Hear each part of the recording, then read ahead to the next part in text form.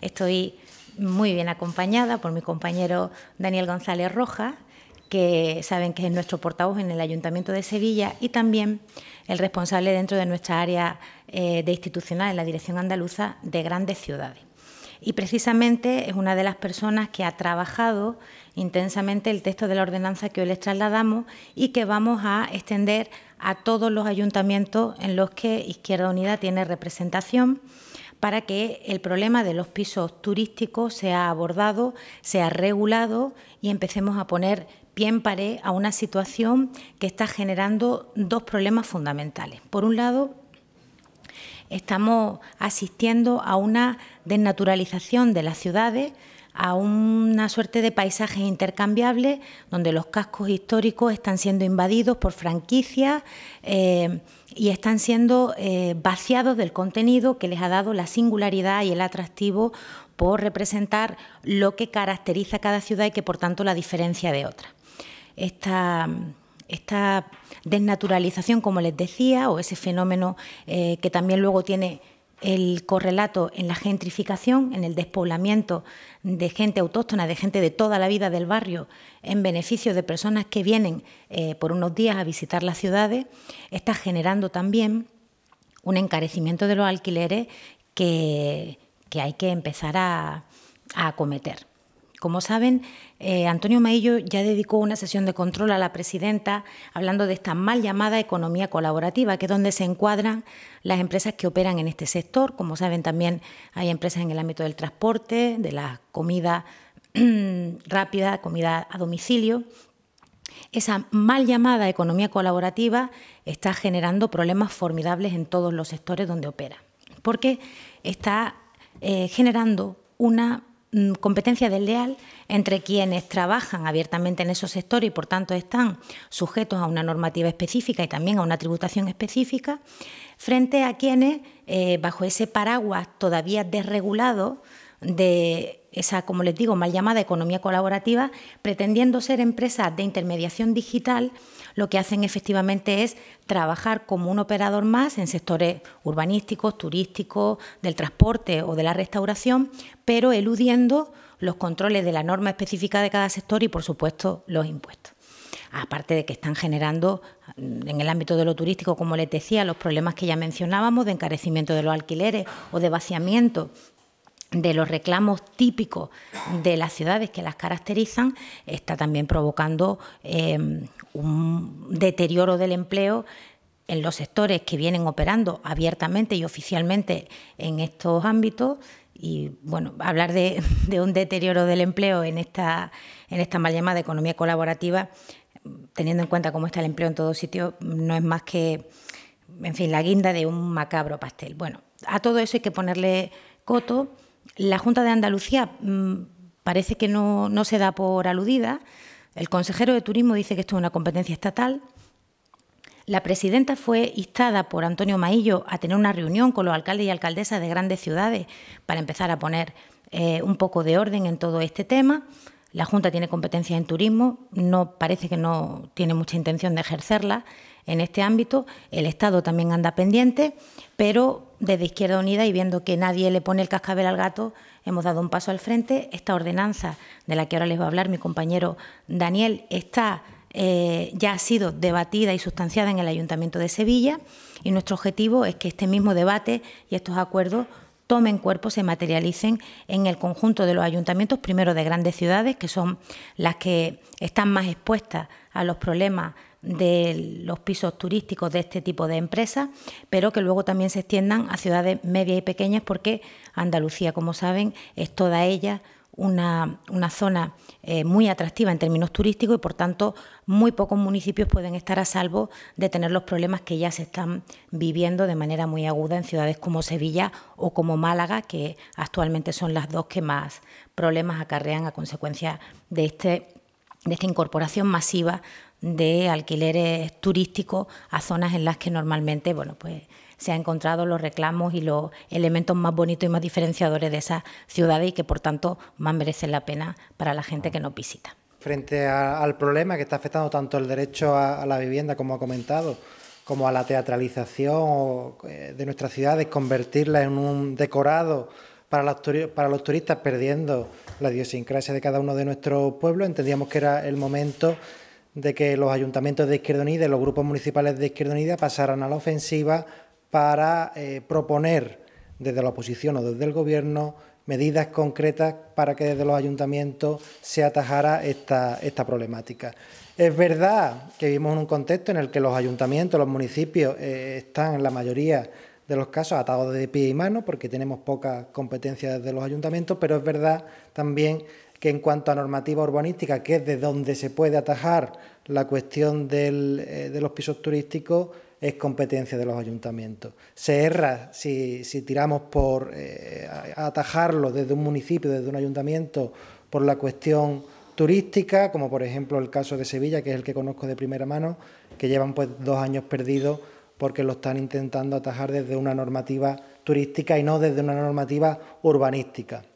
La ordenanza, la moción que vamos a plantear en el conjunto de Andalucía, en las grandes ciudades primero, como ha dicho Inmaculada, y también en otras ciudades, porque, por ejemplo, hay que tener en cuenta que Tarifa es la segunda ciudad a nivel estatal con mayor presión turística, es decir, con mayor número de viviendas en proporción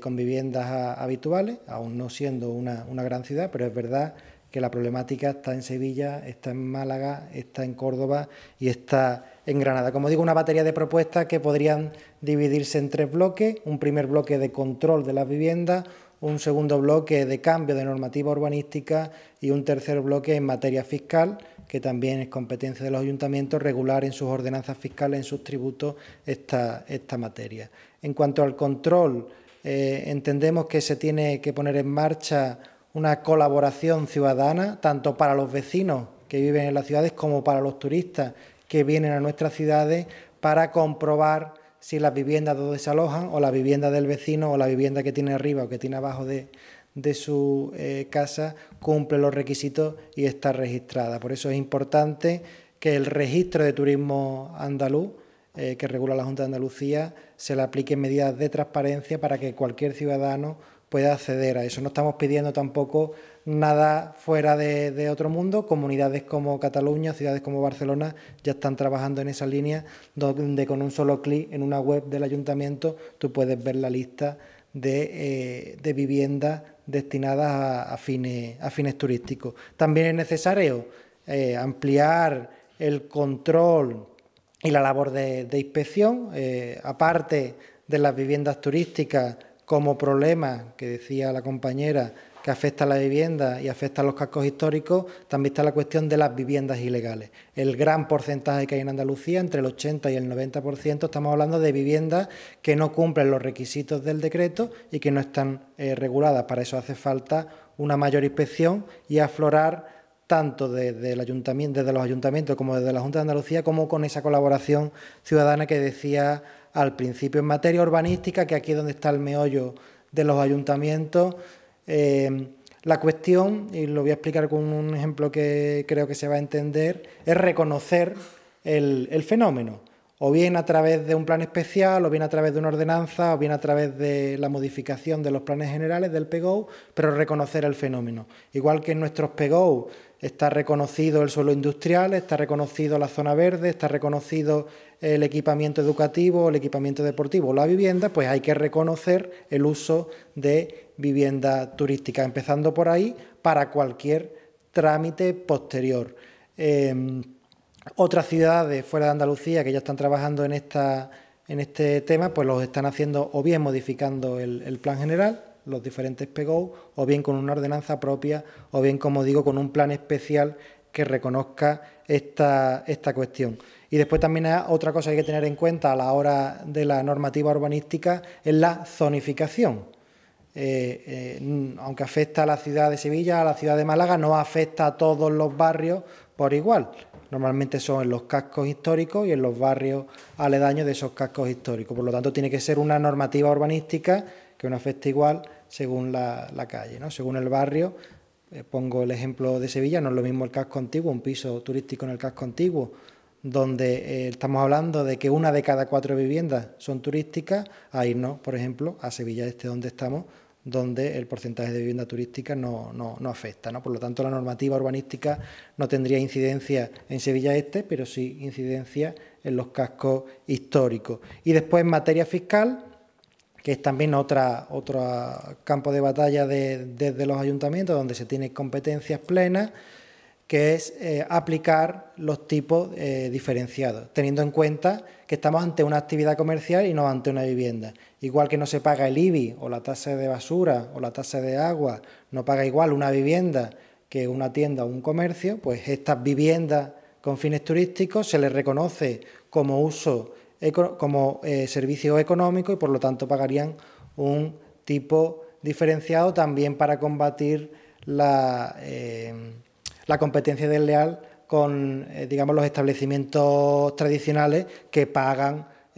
sus impuestos. No entendemos desde Izquierda Unida que esto sea una cuestión simplemente para sacar dinero para las arcas públicas, sino como una compensación para la ciudad, que como se están planteando en otras ciudades y siempre también de forma progresiva. No va a pagar lo mismo un piso turístico de 40 metros cuadrados que un piso turístico de 200 metros cuadrados. Por lo tanto, en materia tributaria también había que tener la cuestión de la progresividad en cuenta. Y en lo que decía, y voy terminando, en lo que decía Inmaculada, que lo que queremos desde Izquierda Unida es ponerle el cascabel al gato, que esto no es cuestión del Ayuntamiento o de la Junta o del Estado, sino es cuestión de todas las administraciones que nos tenemos que implicar en garantizar, como dice el lema de nuestra campaña, unas ciudades habitables en Andalucía y en el conjunto del Estado. La moción tipo que queremos presentar a los diferentes ayuntamientos también pide un apoyo de los diferentes plenos a una proposición de ley que en el Congreso el Grupo de Unidos Podemos ha registrado para modificar la Ley de Arrendamientos Urbanos y entra en relación con el derecho a la vivienda.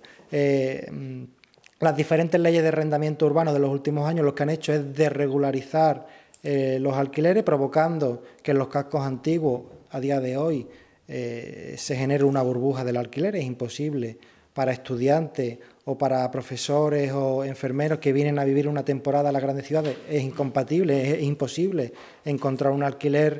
a un precio asequible, y esta reforma de la Ley de Arrendamiento Urbano a nivel estatal permitiría que los ayuntamientos, en colaboración con la Junta de Andalucía o las diferentes comunidades autónomas, pudieran regular áreas de mercado saturado de alquiler, para así desde el ayuntamiento también evitar la subida de los precios de alquiler, que, como digo, en los centros de las grandes ciudades de Andalucía pues se está convirtiendo una misión imposible encontrar un piso de alquiler. Como ya ha avanzado la compañera Inmaculada, en el Ayuntamiento de Sevilla se ha aprobado, pero lo que queremos es que esto sea una campaña a nivel andaluz, a las diferentes grandes ciudades de nuestra comunidad autónoma, y también, como ya hemos dicho, no solo a las capitales de provincia, porque siempre se nos viene a la cabeza los grandes cruceros que atracan en Málaga o las grandes ciudades turísticas, pero también en muchos pueblos de nuestra comunidad autónoma se ven afectados y ven cómo también es imposible y suben los alquileres de sus municipios. Ese cálculo se hace en cuanto a los registros que tienen los diferentes municipios y lo que se vende o se promociona por Internet, ¿no? Ahí hay una cuestión que se plantea también en la propuesta de ordenanza, que es lo que está trabajando Donosti, que es la presunción de uso turístico. Yo, para aplicar este IBI mayor o para aplicar esta regulación, no tengo en cuenta solo si tú te has registrado oficialmente, también voy a tener en cuenta si tú estás vendiendo en alguna plataforma de esta mal llamada economía colaborativa, ¿no? Entonces ahí está la diferencia entre viviendas legales y viviendas ilegales. Bueno, si recuerdan, hace muy poco se ha aprobado de manera definitiva la ley de tanteo y retracto en Andalucía, una ley que nuestro grupo parlamentario ha votado en contra por varios elementos que hoy no vienen al caso, pero sí uno de ellos, y es que no aborda el problema del alquiler y del encarecimiento que está teniendo en nuestra comunidad autónoma por muchos factores, también por el que aborda esta ordenanza. De hecho, según los datos del Consejo General del Poder Judicial, mientras que ha habido un sensible descenso de los desahucios que tienen que ver con lanzamientos hipotecarios, ha crecido de manera muy fuerte el número de desahucios de alquiler. Con el paquete de enmiendas que nuestro grupo parlamentario planteó para mejorar ese texto y sobre todo para hacer que pudiera tener vigencia desde ya, algo que, como saben, con la ley que se ha aprobado no se puede hacer porque colisiona con la ley estatal y hasta 2020 no puede empezar a aplicarse, no hemos descartado presentar una proposición de ley que aborde, como les digo, otros elementos de la ley de tanteo y retracto que son claramente insuficientes, que no le valen a la gente para garantizar su derecho a la vivienda, pero también para incidir desde la competencia autonómica en el problema de la gentrificación, del encarecimiento del alquiler y la desprotección en la que se ve un número creciente de familias que, con los salarios que hoy día se pagan y que ustedes saben que quedan muy por debajo de los gastos cotidianos para llevar adelante una vida digna, condicionan y de qué manera que las personas tengan garantizada su derecho a la vivienda. Por tanto, en el Parlamento probablemente la vía que utilicemos sea la de la proposición de ley. Que paguen los tipos diferenciados, tanto en el IBI como en la tasa de basura, como en las diferentes ordenanzas que tenga cada municipio. Pero para eso se tiene que reconocer que no eres una vivienda, que no tienes un uso residencial, sino que tienes un uso de vivienda turística. Una vez que eso se reconoce en la normativa urbanística, pues paga un tipo diferenciado. En todos los municipios, normalmente, el uso residencial paga un porcentaje de IBI frente al uso comercial, al uso terciario, al uso industrial, ¿no? Que pagan mayor IBI porque hay una actividad económica detrás. Pues la idea es esa, ¿no? Que aunque aparente que sea una vivienda, porque está en un bloque de pisos, no es una vivienda, no es un uso residencial, sino un uso turístico y, por lo tanto, hay un beneficio económico detrás. Pasos concretos no se están dando. El documento, como ha dicho Inmaculada, que hemos elaborado desde el área institucional, lo que viene a recoger son las experiencias tanto de fuera de Andalucía como de nuestros grupos municipales, sobre todo en las grandes ciudades, Córdoba, Málaga y Granada. Lo que están haciendo ellos, pues lo que hemos recopilado toda esa información junto a la PL en el Congreso del Grupo de Unidos Podemos, junto a lo que está haciendo Madrid, lo que está haciendo Barcelona, lo que está haciendo Donostia, y todo eso pues lo hemos convertido en un paquete de propuestas. Pero ahora mismo, a nivel de Andalucía, no hay ninguna ciudad que haya dado el paso, ni incluso Sevilla. Lo que se ha aprobado es una moción, el Gobierno municipal todavía no ha dado el paso frente a otras ciudades como Barcelona, Palma, Madrid o San Sebastián, que sí tienen sus ordenanzas específicas. Y desde Izquierda Unida queremos mandar un abrazo solidario y todo nuestro arropo y nuestro calor a los 3 bomberos que hoy están siendo juzgados en Lesbos, en este formidable sinsentido de criminalizar la acción humanitaria y la labor encomiable de gente que lo que está haciendo es tratar de impedir que siga habiendo muertes en el Mediterráneo de personas que tratan de cruzarlo para buscar un futuro mejor o para garantizar su propia supervivencia y que en muchos casos encuentran la muerte en esa agua. Por tanto, toda nuestra solidaridad con ellos, con sus familias, y desear que este juicio no tenga consecuencias para ellos, más allá de los meses que llevan sufriendo por la presión de verse abocados a esa cita con la justicia. Y, por otra parte, también, como saben, se ha hecho eco el diario.es de una pregunta que ya hace unos meses le trasladaba nuestro portavoz y coordinador general Antonio Maillo a la consejera de Educación, cuando ponía sobre la mesa algo que resultaba absolutamente fuera de lo normal, y es que hay profesorado de religión que, desde que se produjo la reducción de horas lectivas de esta asignatura, seguía en los centros, pero en muchos casos sin ninguna tarea efectiva, ni horas de tutoría, ni horas lectivas,